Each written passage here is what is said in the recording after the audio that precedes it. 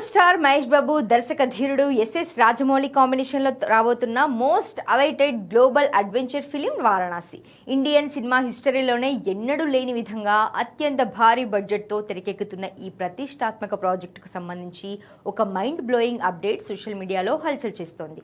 తాజా సమాచారం ప్రకారం వచ్చే జూన్ 2వ వారం నుండి ఈ సినిమాకు సంబంధించిన అత్యంత కీలకమైన సుదీర్ఘమైన యాక్షన్ స్కెడ్యూల్ ప్రారంభం కానుంది. ఈ కొత్త స్కెడ్యూల్లో మహేష్ బాబుపై అంతర్జాతీయ స్టంట్ మాస్టర్ల పర్యవేక్షణలో భారీ యాక్షన్ సన్నివేశాలను చిత్రీకరించనున్నారు.